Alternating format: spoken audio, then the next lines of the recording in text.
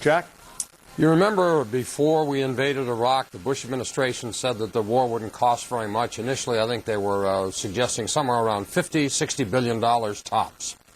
Now, almost 4 years later, with 3,000 U.S. service members almost killed, 20,000 U.S. service members seriously wounded, the cost of this war is at $350 billion and climbing.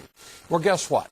The Associated Press is reporting the Pentagon wants another $100 billion to fund the wars in Iraq and Afghanistan this year. That would bring the cost of those wars just for this fiscal year to $170 billion. That is more than $3 billion a week. Gee, it's not like we couldn't use the money around here in the States, right? They said it would cost about $2 billion to build a fence along 700 miles of the Mexican border. Less than 1 week expenditure for war, fence built.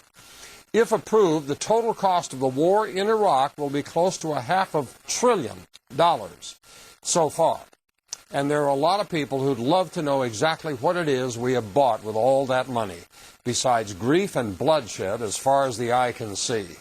The question this hour is this: should another $170 billion of your money be used to finance another year of war?